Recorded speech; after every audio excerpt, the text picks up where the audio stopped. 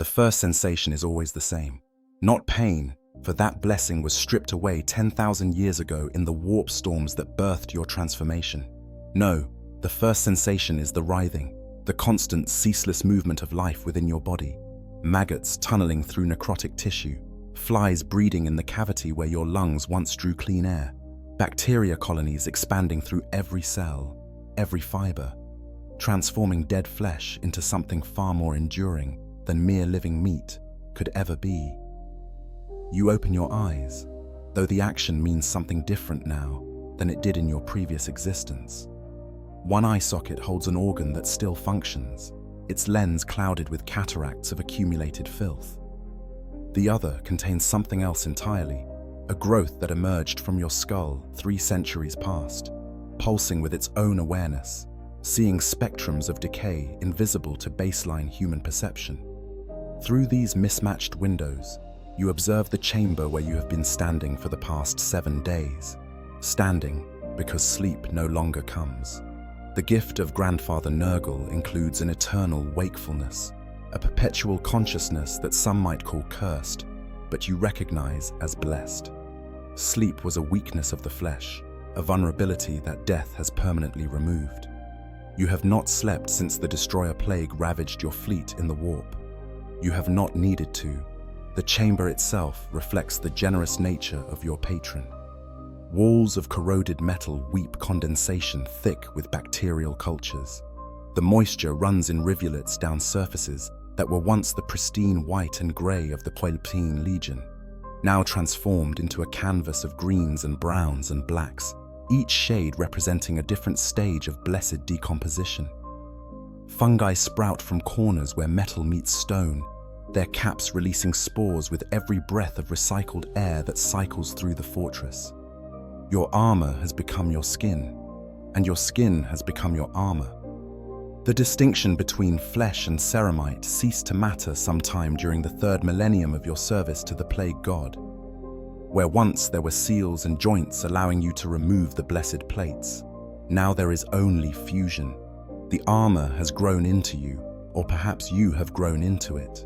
Tendrils of your own corrupted tissue have wound through every crack, every gap, binding you eternally to the shell that protects you and imprisons you in equal measure. You raise one hand before your face, studying the gauntlet that has not been removed since before the Siege of Terror. The ceramite is pitted with age, its surface broken by weeping sores that leak a phosphorescent pus. Through the cracks, you can see your own flesh, bloated and green, pulsing with unnatural vitality. A Nurgling peers out from between 2 fingers, its tiny face split by a grin of sheer delight. The little demon has made its home in your gauntlet for the past 50 years, and you have grown fond of its cheerful presence. The Nurgling chitters something in its incomprehensible language, then scampers up your arm to perch on your shoulder pauldron. Others of its kind emerge from various crevices in your armor. They nest in the cavity where your respiratory system once resided. They sleep in the hollows of your helmet. They play in the folds of your cloak, which hangs in tatters from your shoulders, the fabric so rotted that it disintegrates at the slightest touch, yet somehow never fully falls away. You begin your daily devotions with the litany of decay, words that have become so familiar over the millennia that they flow without conscious thought. Your voice emerges as a wet gurgle, the vox grill in your helmet long since clogged with accumulated filth. The words themselves are prayers of gratitude to Grandfather Nurgle for his manifold blessings, for the gift of persistence, for the freedom from pain, for the eternal purpose of spreading his glorious contagions across the galaxy. The litany takes the form of listing diseases, each one a gift personally bestowed by the Lord of Decay.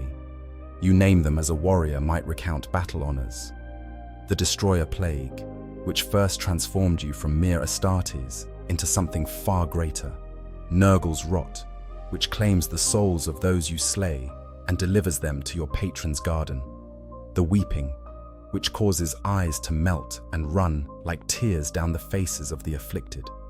The slithering scourge, which turns intestines into serpentine parasites that devour their host from within. With each disease named, you feel a swelling of pride in your putrid chest. These are not weapons but blessings, gifts to be shared with all who stand in the path of the Death Guard. The Imperium calls them plagues and pestilences, speaking of them with fear and hatred. But you know the truth. These are opportunities for transcendence, chances for the unenlightened to embrace the reality of existence. Everything decays, everything rots, everything returns to the garden. Grandfather Nurgle simply accelerates the inevitable, allowing mortals to reach their final truth sooner rather than later. Your devotions complete, you turn your attention to preparing for the day's labors. Though you no longer sleep, the cycles of the plague planet still provide structure to existence. 7 hours of prayer and meditation, 7 hours of maintenance and preparation, 7 hours of warfare or training, 7 hours of spreading contagion. Then the cycle repeats, has repeated for 10,000 years, will repeat until the stars themselves rot and fall from the sky. The chamber where you stand serves as both barracks and shrine. Against one wall stands an altar to Nurgle, its surface covered with offerings, rotting fruit crawling with maggots. A human skull, the bone discolored by centuries of exposure to toxic fumes. Flies buzz in thick clouds around the altar, their numbers so great that they create a constant droning hum that would drive a normal human mad. To you, it is music. The flies are sacred to Grandfather Nurgle, his littlest children, and their presence indicates his favor. You approach the altar and kneel, an action that creates wet squelching sounds as your armor's joints grind against corrupted flesh. From a corroded bowl, you take a handful of something that was once incense but has transformed into a living, writhing mass of fungi and bacterial cultures. You bring it to your face, inhaling deeply. The spores enter your lungs, or rather the cavities where your lungs once resided, and spread through your system. They will incubate there, growing stronger until you release them on the battlefield to infect new hosts.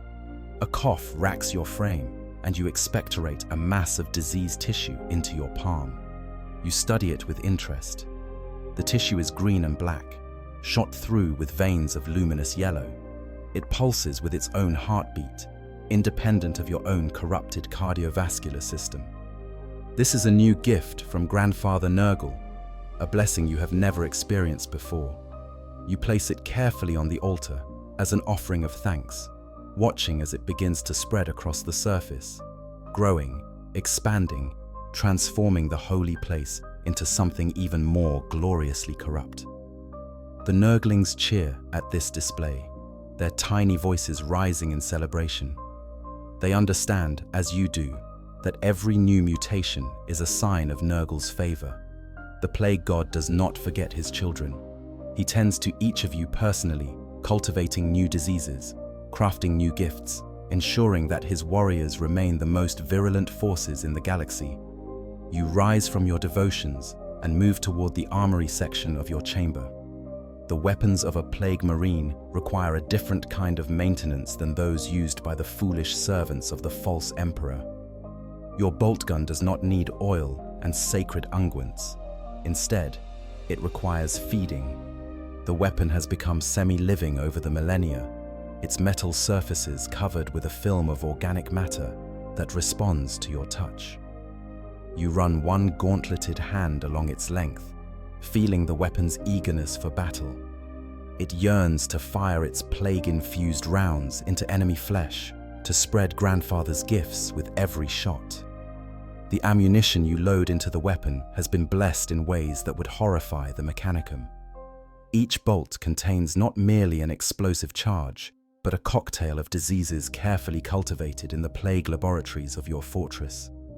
The shells themselves are corroded and pitted, yet they function perfectly. Better than perfectly. The corruption enhances their lethality, adding layers of infection to the raw kinetic damage they deliver. Your plague knife requires similar attention. The blade is a work of art, if art can be measured in the accumulation of necrotic tissue and toxic residues. You have not cleaned this weapon in 5,000 years. Every enemy it has slain has left a contribution on its surface. Their blood has mingled with ancient stains until the blade carries within it a library of plagues spanning millennia. A single cut from this weapon can deliver dozens of infections simultaneously, overwhelming even the enhanced immune systems of fellow Astartes. You test the edge against your own arm, drawing the blade across ceramite and corrupted flesh. The wound appears instantly, a gash that would have bled profusely in your old life. Now it simply weeps, a thick, greenish ichor. The wound does not hurt, of course. Pain is a memory, a ghost of your previous existence. Instead, there is only a sense of pressure, of flesh parting and reforming, of your body already beginning to seal the damage, even as new infections bloom in the wound site.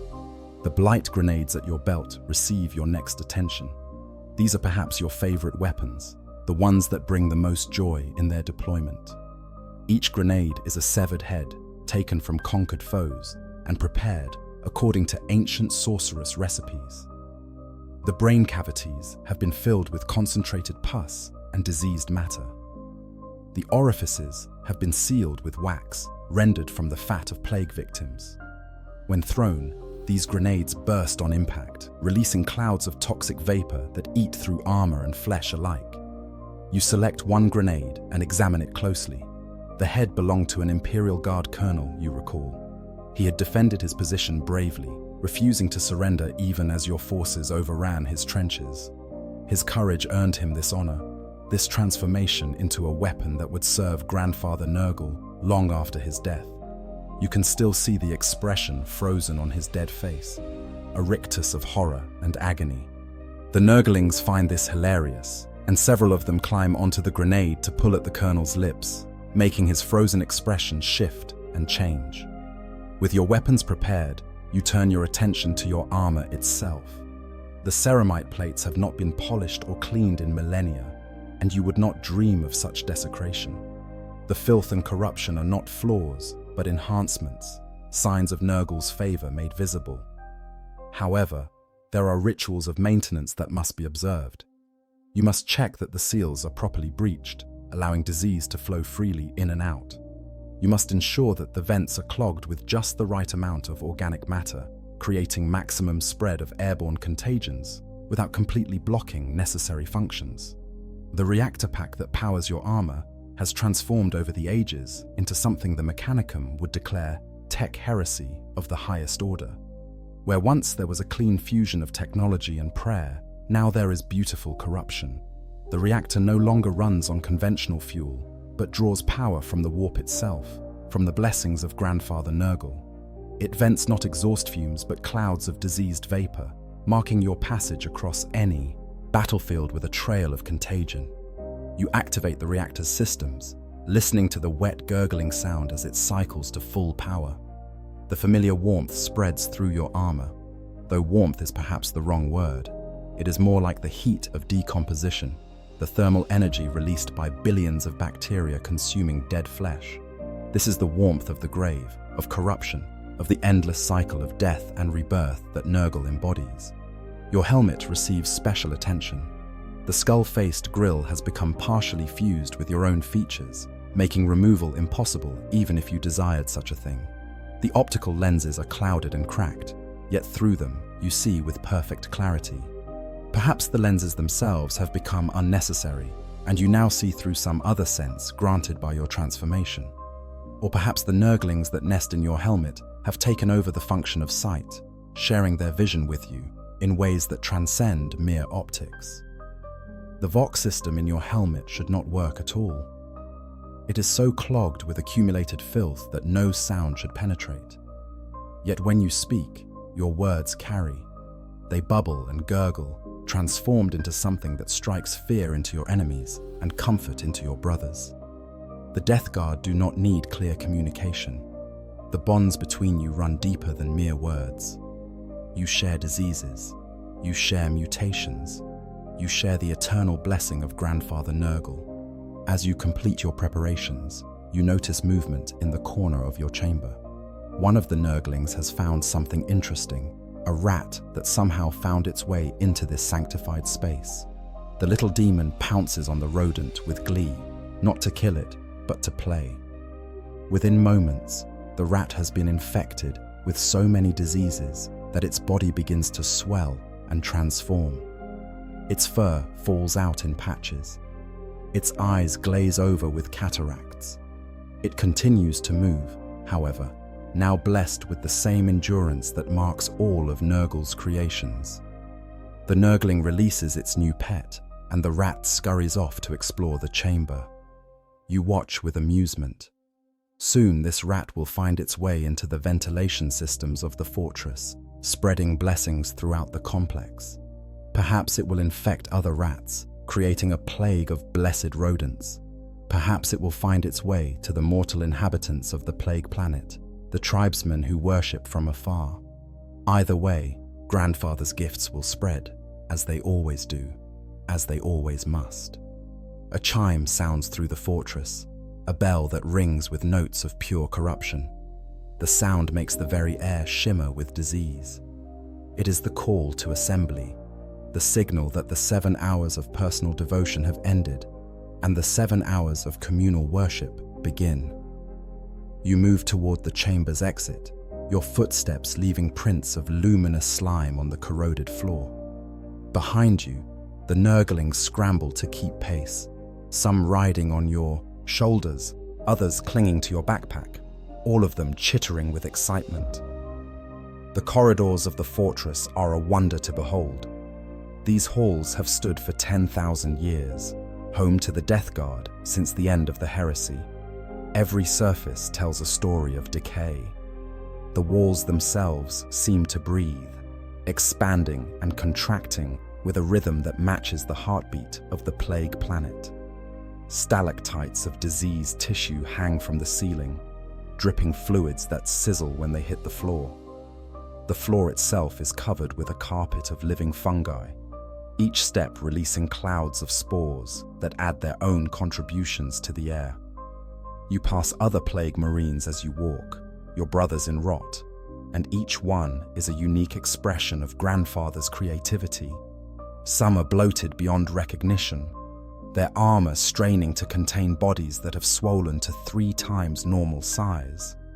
Others have thinned to skeletal proportions, their armor hanging loose on frames consumed by particularly virulent plagues. One brother has been blessed with a dozen extra arms sprouting from his torso, each one wielding a different plague weapon. Another has had his head entirely replaced by a nest of tentacles that writhe and reach toward anyone who passes.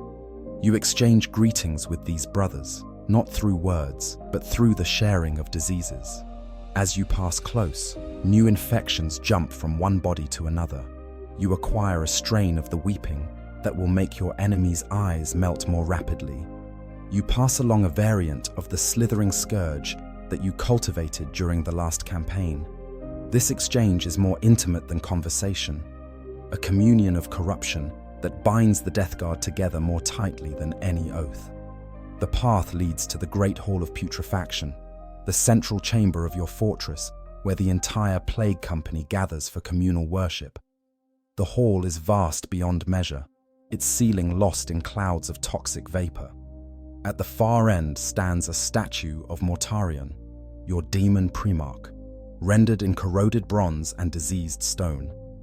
The Primarch stands 12 meters tall, his scythe raised in eternal benediction, his wings spread to embrace all who enter. Flies swarm around the statue in numbers so great they form a living cloak. You take your place among the assembled Plague Marines, finding your squad, your brothers who have fought beside you for millennia. There is Septicus, whose gift from Nurgle has transformed his chest cavity into a breeding ground for plague flies.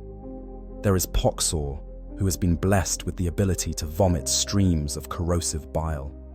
There is Malleus, whose touch alone can transmit 7 different lethal diseases simultaneously. These are your brothers, your companions in decay, and you feel a surge of affection for them that would surprise those who think Nurgle's followers incapable of emotion. The assembled company numbers in the hundreds, each Plague Marine a walking testament to Grandfather's generosity. Together, you raise your voices in the chant of Nurgle, the sacred words that have been spoken in this hall every day for 10,000 years. The chant has no set words, no fixed form. Instead, each Marine contributes whatever bubbles up from the depths of their corrupted being. Some speak of diseases they have spread. Others recite the names of worlds they have brought to blessed ruin. Still others simply gurgle and moan, adding their voices to the cacophony. The sound that rises from the assembled death guard would shatter the sanity of any unprotected listener. It is the sound of 10,000 years of accumulated plagues, of diseases beyond counting, of corruption perfected through endless repetition. It is beautiful. It is holy. It is the sound of Grandfather Nurgle's laughter, echoing through his chosen warriors. As the chant continues, you feel his presence, not as a vision or a voice, but as a sensation that fills your entire being. Grandfather Nurgle is here, in this hall, among his children. He walks between the rows of Plague Marines, though he is invisible to even your enhanced senses. You feel his touch as he passes, a gentle pressure that brings with it a new gift. A fresh disease blooms in your gut, growing rapidly, spreading through your system. You gasp with joy at this blessing, this sign that you have not been forgotten. The Plague Lord, master of your company, steps forward to address the assembly. He is ancient, even by the standards of the Death Guard, having served since before the heresy. His armor has become so corroded that it barely holds its shape, held together more by accumulated disease than by ceramite. When he speaks, his voice carries the authority of 10,000 years. Brothers, he gurgles, Grandfather has blessed us with new purpose. A world has been marked for salvation. An agri-world named Itrax, whose population remains ignorant of the beautiful truths we carry. We depart in 7 hours. Prepare yourselves. Load your weapons. Cultivate your choicest plagues. This world will soon know the embrace of Nurgle, and we shall be the instruments of that blessing. The assembled Plague Marines respond with a roar that shakes the very foundations of the fortress. This is what you exist for. Not merely to endure, not merely to persist, but to spread the gifts of Grandfather Nurgle to all corners of the galaxy. Every world you touch becomes better for your presence. Every population you infect receives the opportunity to transcend their fragile mortality and embrace the eternal truth of decay. You return to your chamber to make final preparations. The campaign will be your first action in 20 years, and you feel an anticipation that might be excitement if such mortal emotions still applied to your existence. 20 years of standing in devotion, of cultivating plagues, of growing ever more corrupt. Now you will finally have the opportunity to share these blessings with a new world. Your weapons receive additional blessings. You speak prayers over each one, asking Grandfather to guide your aim, to make every shot count, to ensure that maximum infection is spread with minimum effort. You select your finest blight grenades, the ones prepared from the heads of particularly courageous enemies. You check your plague knife one final time, drawing it across a practiced target and watching with satisfaction as the blade leaves not just a cut, but a spreading pool of corruption that consumes the target from within. The Nurglings sense your excitement and respond with increased activity. They scurry around your chamber, gathering things you might need. One brings you a vial of concentrated plague matter. Another retrieves a charm carved from diseased bone. A third presents you with a fresh maggot, particularly fat and healthy, which you accept and consume. The maggot will join the thousands of others already living in your digestive tract, adding its own small contribution to the ecosystem that is your body. You check your armor seals one last time, ensuring maximum contagion distribution. The vents that would normally filter air now serve to distribute disease. The joints that would normally prevent environmental contamination now leak blessed ichor with every movement. Your armor has become not just protection, but a delivery system, spreading Nurgle's gifts through simple proximity. The 7 hours pass quickly, measured by the tolling of the corruption bells that mark time throughout the fortress. When the final bell sounds, you make your way to the embarkation deck where the landing craft wait. These ships are masterpieces of corrupted technology, their hulls covered with organic growths, their engines spewing toxic exhaust, their interiors transformed into gardens of blessed decay. You board with your squad, taking your place in a restraint harness that has partially fused with your armor over the years. The craft shudders as its engines ignite, and you feel the familiar sensation of acceleration pressing against your bloated body. Through a porthole, you watch as the plague planet falls away, its surface a beautiful patchwork of corruption and disease. This is home, the world that Mortarion shaped in imitation of his first home on Barbaros.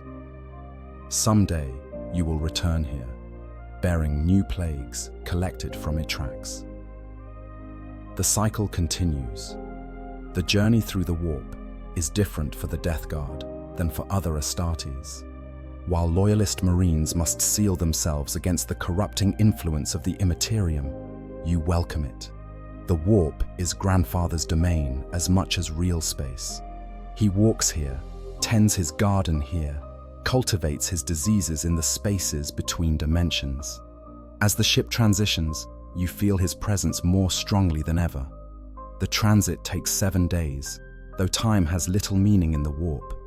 You spend these days in meditation and preparation, cultivating the plagues you will use on Itrax. You study the intelligence reports provided by the Plague Lord. Itrax is a garden world, its population numbering in the billions, its fields producing food for a dozen nearby systems. It is, in other words, perfect. The rich soil will grow even richer with the addition of disease. The teeming billions will provide hosts for countless new infections. The food supply chains will carry Nurgle's gifts to systems beyond count. You imagine the coming campaign, seeing it unfold in your mind with perfect clarity. The initial landing will spread airborne contagions across thousands of square kilometers. The first battles will introduce new diseases through physical contact and exchange of fluids. The occupation will provide time for long incubation plagues to do their work. And finally, when the world is properly saturated with Grandfather's blessings, you will move on, leaving behind a population transformed, a world reborn in rot. The thought brings you a deep sense of satisfaction. This is holy work. This is the purpose for which you were transformed, the reason you endured the agony of the Destroyer Plague, the meaning behind 10,000 years of existence. You are not a warrior, you are a priest. You are not a soldier, you are a missionary. Every plague you spread is a sermon. Every infection you deliver is a prayer. Every world you corrupt is a hymn of praise to Grandfather Nurgle. Your brothers feel the same. You can sense it in the way they maintain their weapons, in the care they take, cultivating their personal plagues, in the gleam of joy visible in their clouded, diseased eyes. The Death Guard do not fight out of hatred or vengeance. You fight out of love. Love for Grandfather Nurgle. Love for the beautiful cycle of decay and renewal. Love for the mortals who will soon receive the greatest gift imaginable. As the ship approaches real space, you feel the transition like a physical presence. The warp's embrace loosens, and suddenly you are back in the Imperium, approaching Itrax. Through the ship's sensors, you can see the world below. It is sickeningly healthy. Green fields stretch as far as the eye can see. Cities gleam with artificial light. The inhabitants go about their lives in blissful ignorance of the blessing that descends upon them. Not for long. The Plague Lord's voice crackles through the Vox. Prepare for drop. Grandfather's work begins now. You and your squad move to the drop pods, ancient vessels that have carried Death Guard into battle since the Great Crusade. Like everything else in your arsenal, the pods have been transformed by millennia of service to Nurgle. Their interiors drip with condensation that has evolved into a living organism. Their restraint systems have partially merged with the marines they carry. Their guidance systems navigate not through machine spirits, but through the will of Grandfather himself. You seal yourself into a pod with 6 of your brothers, the space so tight that your corrupted bodies press against each other. In any other circumstance, such close proximity would be uncomfortable. Among the Death Guard, it is communion. Diseases transfer freely between you. New infections bloom and spread through the close contact. By the time you reach the surface, each of you will carry a more diverse plague library than you possessed at launch. The drop sequence initiates. You feel the pod release from the ship, feel the momentary weightlessness of freefall, feel the building pressure as Itrax's atmosphere begins to burn around you. The heat would kill a normal human instantly. To you, it is merely warmth, pleasant and welcome. The flames consume some of the organic matter coating the pod's exterior, filling the air with the sweet scent of burning disease. Impact comes with bone-jarring force. The pod's retro rockets fire at the last moment, slowing your descent but not stopping it. You slam into the surface of Itrax hard enough to create a crater, hard enough to shatter bedrock, hard enough to turn any normal human into paste. You barely notice.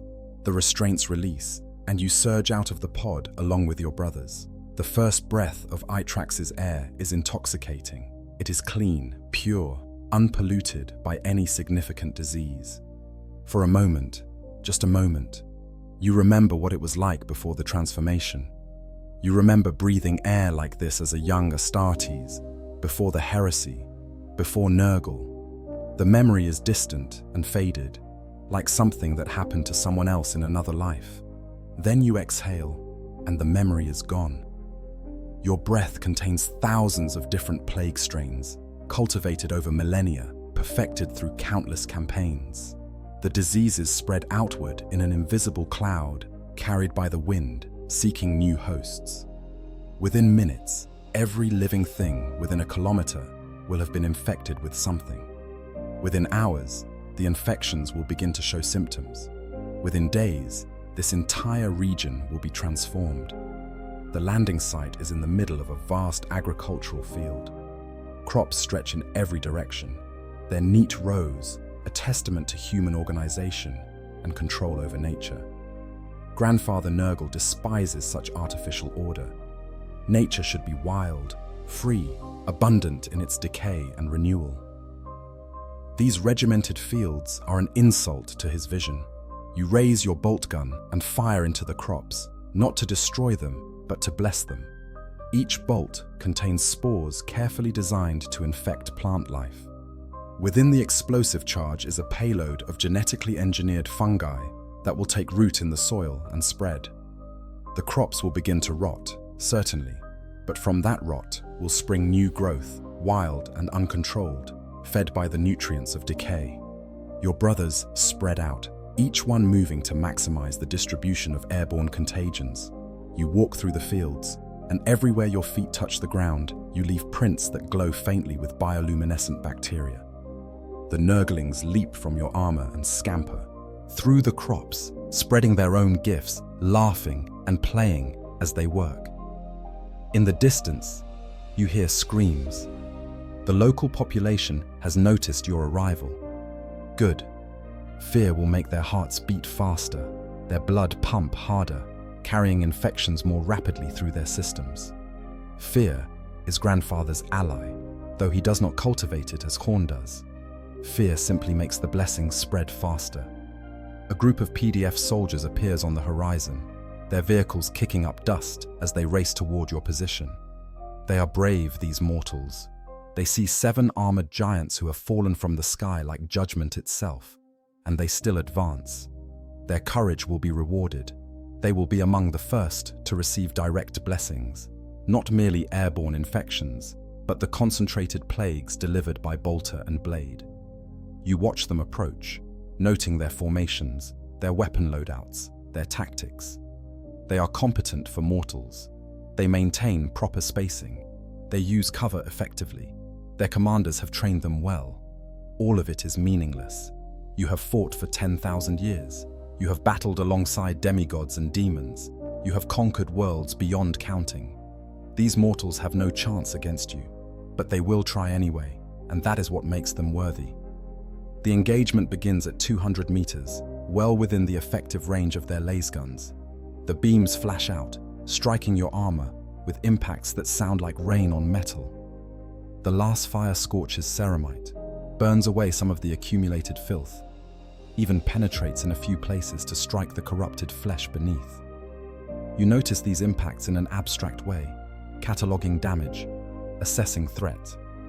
But pain does not come. It cannot come. That gift was taken from you long ago. You return fire with your bolt gun, the weapon roaring its familiar song of death and disease. Each bolt streaks toward the enemy, trailing streamers of green vapor. When they impact, they do more than explode. They burst open the bodies of the PDF soldiers, certainly, but they also release their payload of concentrated plague matter. The soldiers who die outright are the lucky ones. Those who survive the initial explosion find themselves infected with diseases that will kill them slowly, spreading to their comrades in the process. Septicus advances to your left, his chest cavity opening to release a thick cloud of plague flies. The insects swarm forward, seeking exposed flesh, finding gaps in armor, crawling into Vox grills and air filters. Each fly carries multiple diseases. Each bite is a vector for infection. The PDF soldiers begin to scream as the flies cover them, their voices rising in a chorus of horror that echoes across the field. Poxor moves to your right, his Vox grill opening to release a stream of corrosive bile. The acidic vomit splashes across a PDF chimera, eating through armor in seconds, dissolving the vehicle into a puddle of toxic sludge. The crew inside have just enough time to realize what is happening before the bile reaches them, transforming them into a soup of diseased tissue that adds its own contribution to the spreading pool. You choose a target, a PDF sergeant who is trying to rally his troops even as plague flies swarm around his head. You recognize leadership when you see it, and such bravery deserves special recognition. You fire a single bolt, aiming not to kill, but to wound. The explosive round strikes the sergeant in the leg, blowing off his limb below the knee. He falls, screaming, as the plague infections in the bolt begin to spread through his bloodstream. You walk toward the fallen sergeant, your movements slow and deliberate. There is no need to hurry. The battle is already won. It was won the moment you dropped from orbit. Everything that follows is merely the playing out of inevitable conclusions. Still, there are forms to observe, rituals to complete. The sergeant deserves a proper death, one that will serve as example and warning to any who witness it. You stand over the sergeant, looking down at his face. He is young, probably less than 30 standard years. His features are contorted with pain and fear, but there is still defiance in his eyes. He spits at you, a futile gesture that merely deposits his saliva on your corrupted armor, where it mingles with the filth already present. You admire his courage. It will make his transformation all the more meaningful. "You will die here," the sergeant gasps. "The Emperor protects. He will send his angels to destroy you." You tilt your head considering this. The gesture makes your neck vertebrae grind audibly, and you hear the wet squelch of corrupted tissue shifting. When you speak, your voice emerges as a bubbling gurgle, barely intelligible through the vox. "We are his angels," you say. "We were the Emperor's finest once. The Death Guard, the 14 Legion. We fought in his name, died in his name, conquered the galaxy for his vision. Then we learned a deeper truth. We found a better father." The sergeant's eyes widen in horror. The full weight of what you are, what you represent, crashes down on him. You are not Xenos. You are not some unknowable alien horror. You are human, or were once. You are Astartes, mankind's greatest warriors, transformed into this. The implications break something in the sergeant's mind. You can see it in his eyes, the moment when his worldview shatters and reforms into something new and terrible. Grandfather Nurgle offers gifts the Emperor never could, you continue. Freedom from pain, freedom from death, purpose beyond the endless grinding of war. Every disease I carry is a blessing. Every plague I spread is a chance for transcendence. You will understand soon. The infections in your leg are already spreading. Within the hour, you will begin to feel the first changes. Your flesh will swell, your blood will thicken, your thoughts will clarify as Grandfather's truth becomes undeniable. You lean closer, and the Nurglings on your shoulders lean forward too, studying the sergeant with innocent curiosity. You fought bravely, you tell him. Your courage has earned you a special fate. You will not simply die, you will rise again, transformed, perfected. You will become a poxwalker, one of Grandfather's blessed children. You will serve the Death Guard, spreading joy and disease to all you encounter. Is this not better than merely dying in service to a corpse god who has not stirred from his throne in 10,000 years? The sergeant tries to respond, but his throat has swollen shut. The infections are working faster than you expected. Grandfather is eager to claim this one. You watch with interest as the changes accelerate. The sergeant's skin takes on a greenish hue. Boils erupt across his face and neck. His remaining leg begins to swell, the flesh stretching until the fabric of his uniform tears. Within his chest, you can hear his lungs beginning to fill with fluid, drowning him from the inside, even as new organs grow to replace the functions his body can no longer perform. The transformation is beautiful. This is Nurgle's art, his gift made visible. Where the loyalists see only horror and corruption, you see perfection. Every mutation serves a purpose. Every disease brings the afflicted one step closer to the eternal truth. The sergeant's body is dying, certainly, but from that death will come new life. He will rise as a poxwalker, and though his consciousness will be trapped within his own corpse, unable to control his actions, he will still experience everything. He will know the joy of spreading disease. He will feel the satisfaction of pulling down the unenlightened and infecting them with his touch.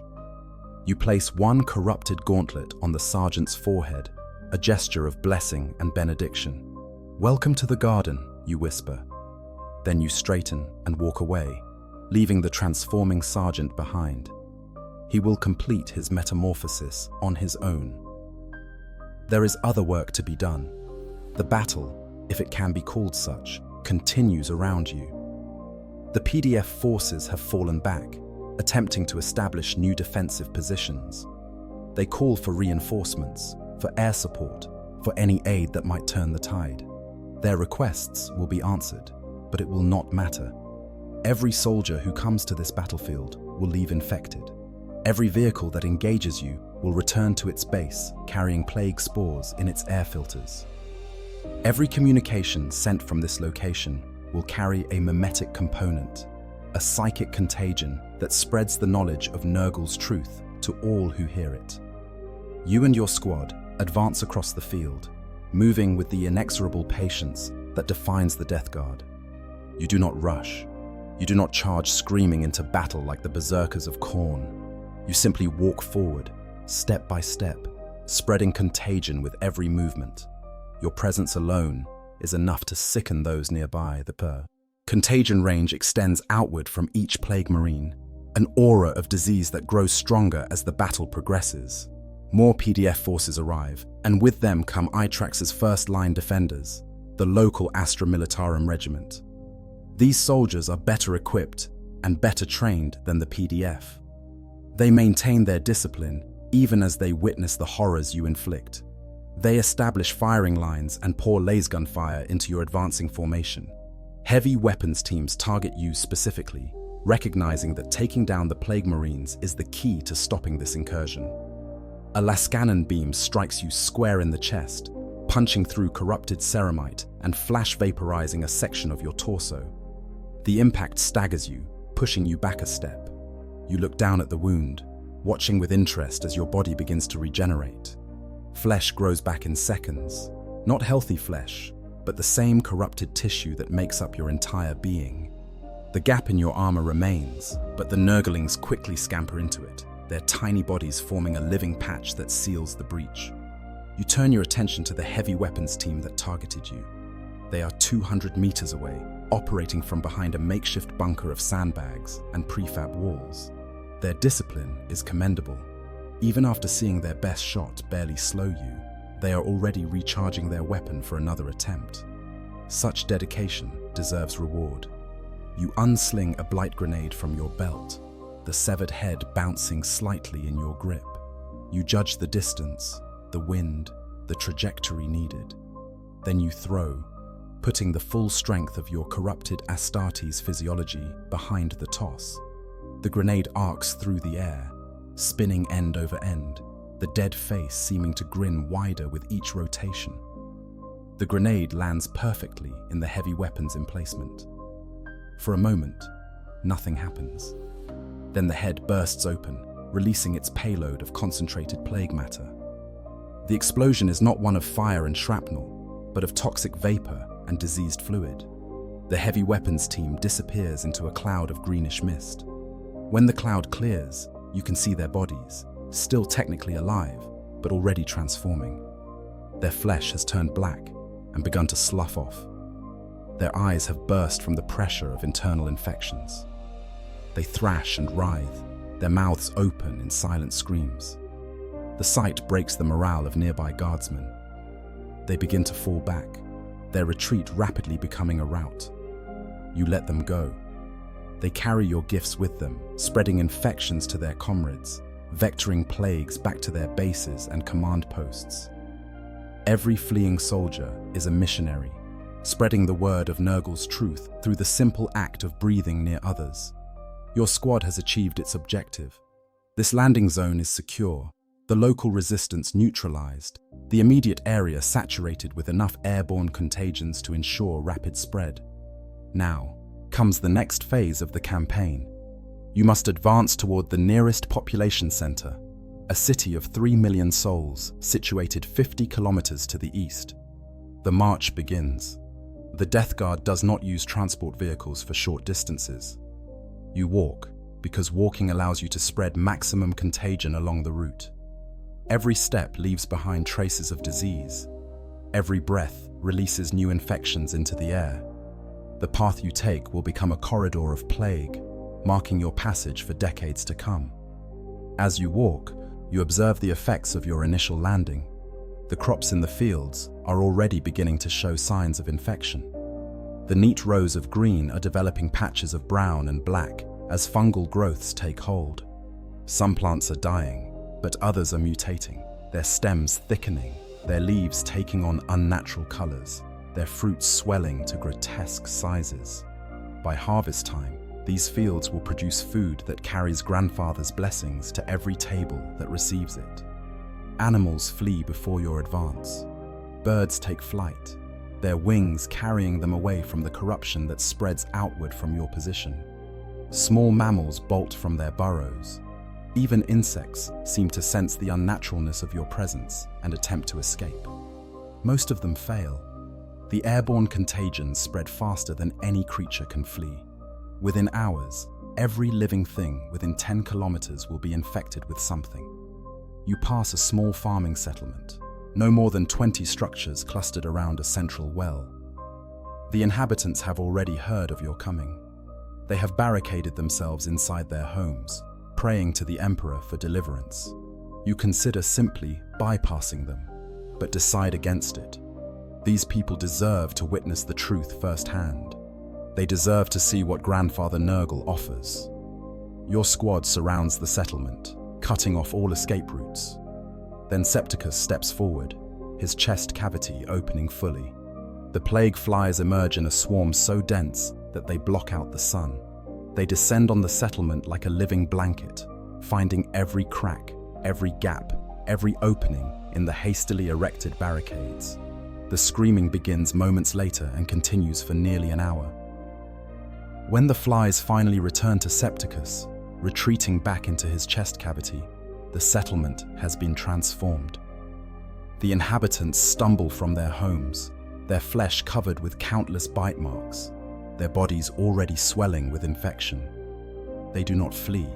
They cannot.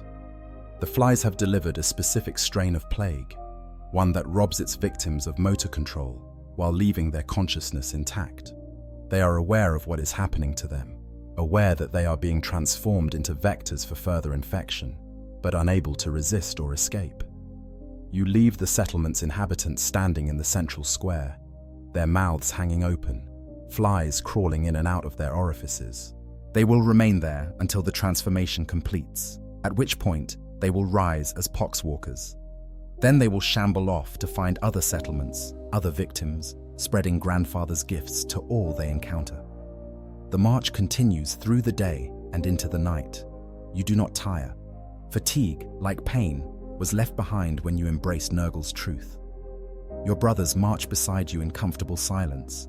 The only sounds the grinding of corrupted servos, the squelching of diseased flesh, and the constant buzzing of flies.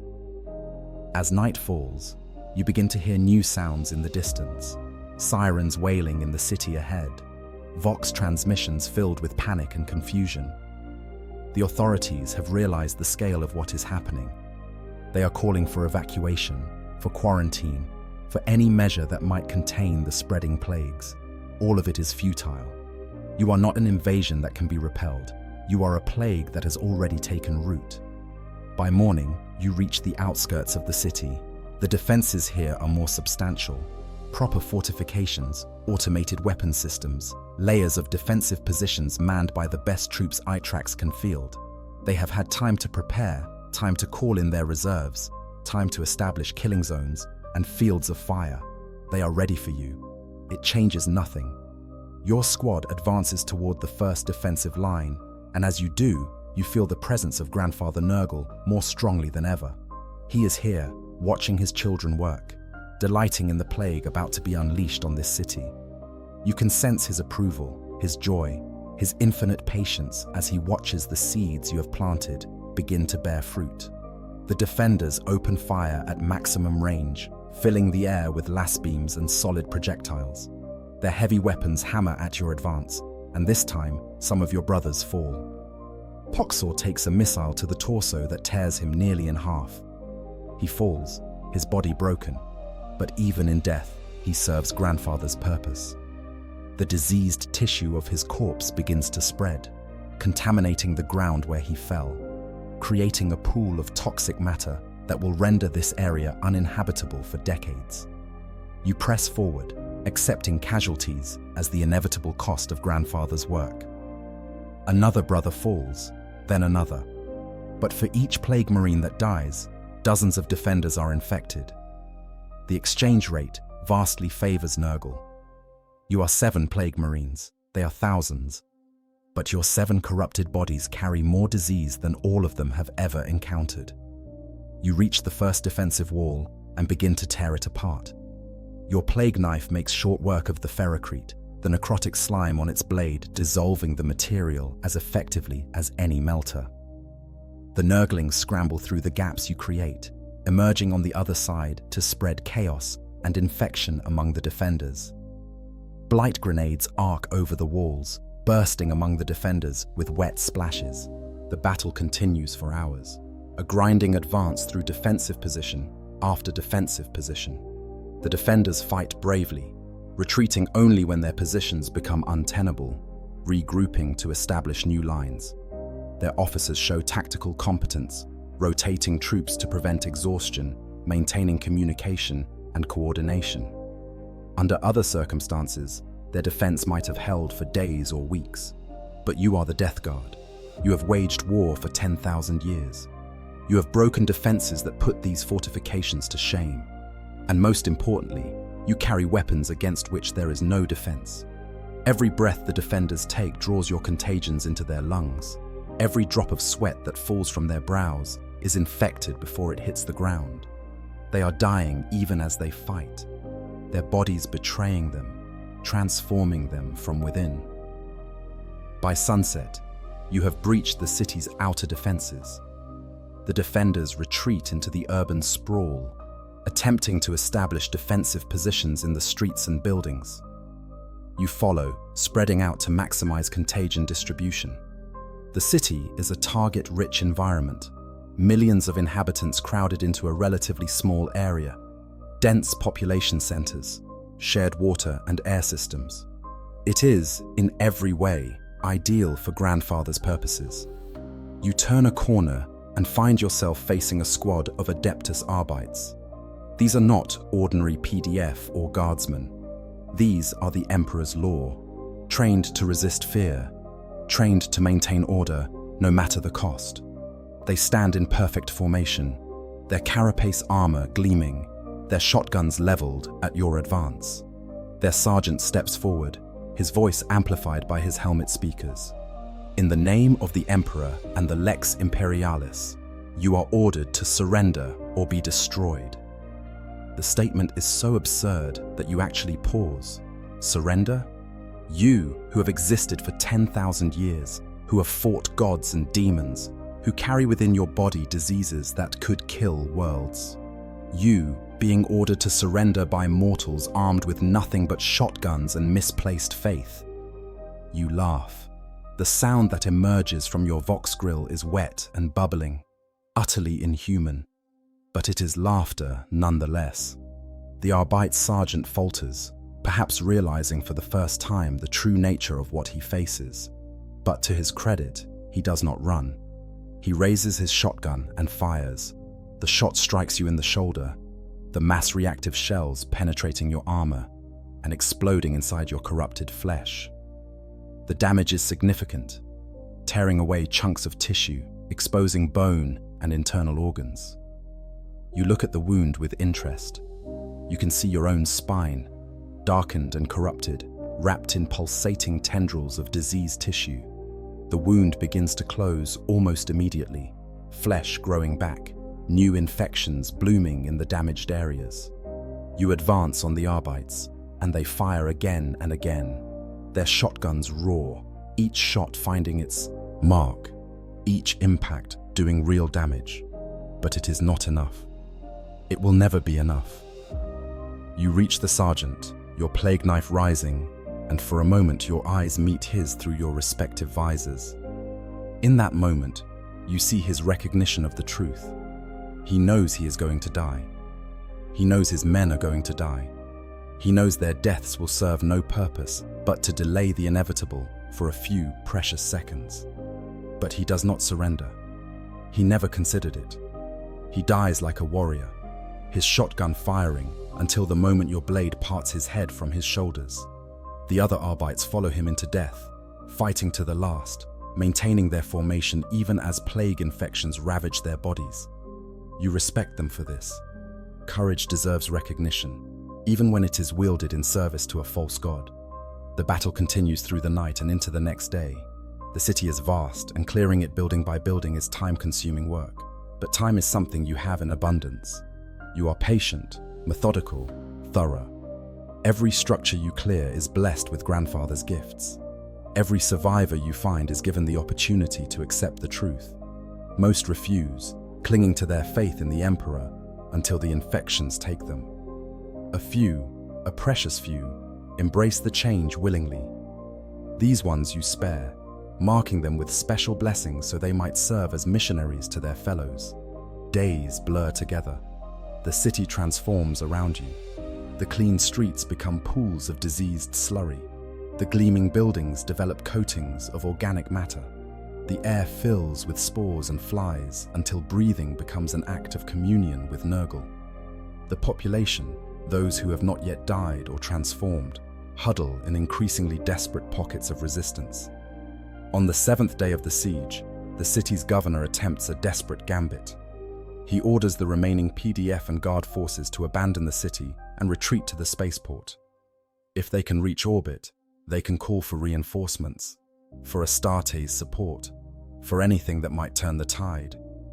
It is a sensible plan, from a certain perspective, but it ignores the fundamental truth of your campaign. You are not here to conquer this city. You are here to corrupt it. The governor's forces are welcome to flee. They carry your gifts with them. Every ship that leaves this world will carry plague into the void. Every refugee who escapes will spread infection to whatever world receives them. The governor thinks he is saving his people. In truth, he is becoming your greatest ally in spreading Grandfather's blessings across the sector. You let them go. Your squad returns to the landing zone, where your drop pod waits. Other Death Guard forces are converging here as well. Their own campaigns complete, their own sectors of the planet properly saturated with disease. You exchange information with your brothers, sharing accounts of battles fought, diseases spread, transformations witnessed. The Plague Lord addresses the assembled forces. Brothers, the first stage is complete. Itrax has been blessed. In 7 weeks, the infections we have planted will reach maturity. In 7 months, this world will be transformed beyond recognition. In 7 years, it will be a garden worthy of Grandfather's attention. We depart now, but our work continues. The diseases will spread without us, vectoring through the population, transforming this agri-world into something far more beautiful than it was. You board the transport ships and leave Itrax's surface. As you ascend through the atmosphere, you look back at the world below. From orbit, it still appears largely unchanged. The cities still gleam. The fields still stretch in ordered rows. But you know the truth. Beneath that facade of normalcy, corruption spreads. Every living thing on that world has been infected with something. The process is irreversible now. Itrax will rot, and from that rot will spring new and glorious forms of life. The return journey to the Plague Planet takes another 7 days. You spend this time in quiet contemplation, reviewing the campaign, cataloguing the new diseases you encountered, planning for future deployments. The Nurglings chitter excitedly, replaying their favorite moments from the battle. They are particularly proud of a PDF soldier they managed to infect with a strain of plague that caused him to explode spectacularly, spreading diseased tissue across an entire street. As the ship approaches the Plague Planet, you feel a familiar sense of homecoming. This toxic world, so inimical to all normal life, is your sanctuary. Here, you can rest, prepare, worship without the constant need to wage war. The fortress rises into view, its 7 mountain keeps visible even from orbit, marking the territories of the 7 plague companies. Your squad disembarks and returns to your quarters. The journey has taken its toll, even on your corrupted bodies. Your armor bears new scars, new ruptures that will heal over time. You have lost 2 brothers from your squad, their bodies left on Itrax to seed future corruption. New Marines will be assigned to replace them, probably recruits fresh from transformation, eager to prove themselves in Grandfather's service. You return to your chamber and kneel before the altar of Nurgle. The offerings you left before the campaign are still there, now even more corrupted than when you departed. The skull has developed a coating of luminous fungi. The fruit has liquefied into a pool of diseased matter that pulses with its own heartbeat. You add new offerings, a trophy taken from the Arbite's sergeant, a vial of concentrated plague matter collected from Itrax's water supply, a tooth that fell from your own jaw during the fighting. You speak prayers of thanks to Grandfather Nurgle. Thanks for the opportunity to spread his gifts. Thanks for the protection he provided during the campaign. Thanks for the new diseases he allowed you to cultivate and deploy. The prayers flow easily, sincerely. You mean every word. Serving Nurgle is not a burden, but a joy. Every moment of your existence is dedicated to his glory. The Nurglings emerge from your armor and scamper around the chamber, happy to be home. They retrieve the blessed rat that was infected before your departure, now fully transformed into a creature of Nurgle. The rat has grown to 3 times its original size, its fur replaced by scales of diseased tissue, its eyes glowing with an inner light. The Nurglings play with their pet, chasing it around the chamber, their laughter echoing off the corrupted walls. You remove your helmet, a rare action that requires careful manipulation of seals that have partially fused.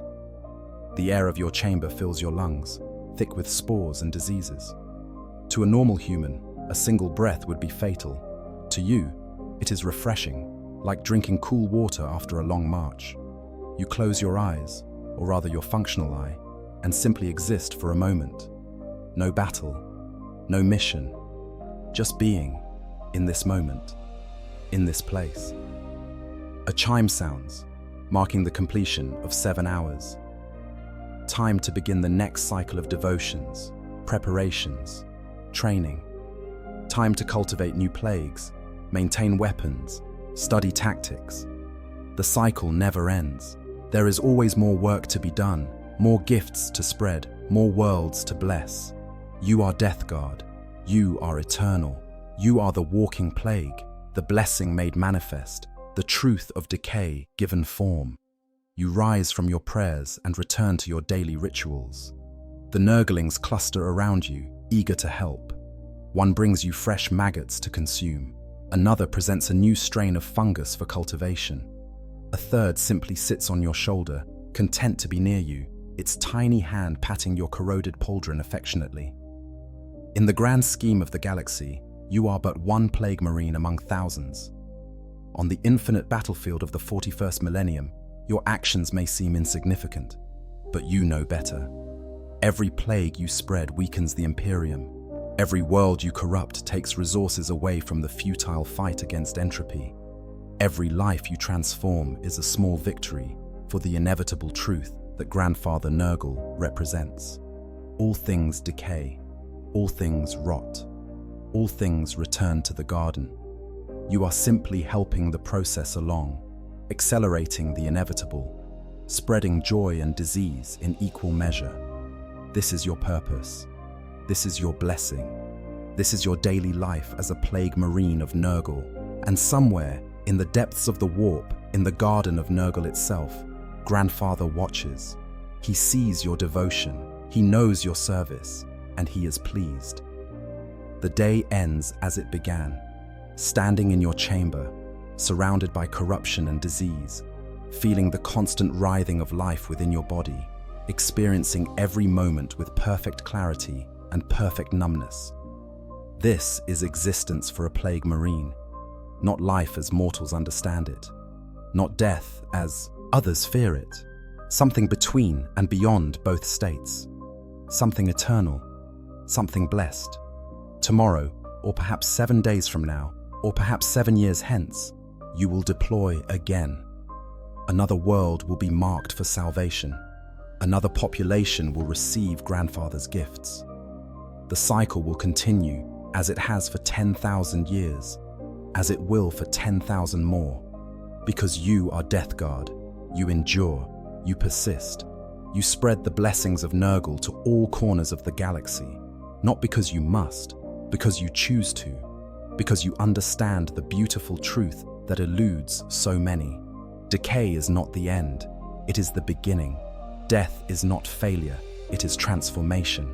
And Grandfather Nurgle, in his infinite wisdom and generosity, offers this truth to all who will accept it. Your daily life as a Plague Marine is not measured in hours or days, but in plagues spread, worlds corrupted, souls delivered to the garden. It is a life without pain, without doubt, without the weaknesses that plague ordinary existence. It is a life of purpose, of devotion, of service to something greater than yourself. And it is glorious. The Nurglings cluster around you as you prepare for the next cycle, their tiny faces split by grins of purest joy. They understand, as you do, that every moment is a blessing. Every breath, every heartbeat, every plague cultivated and spread is a prayer made manifest. This is what it means to serve Grandfather Nurgle. This is daily life in the Death Guard. This is home.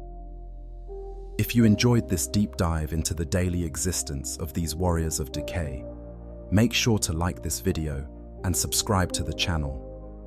Ring that notification bell so you never miss our explorations into the grim darkness of the far future. Let me know in the comments what other aspects of Warhammer 40K lore you'd like us to explore next. Until next time, may Grandfather Nurgle's blessings find you wherever you dwell in this dark galaxy.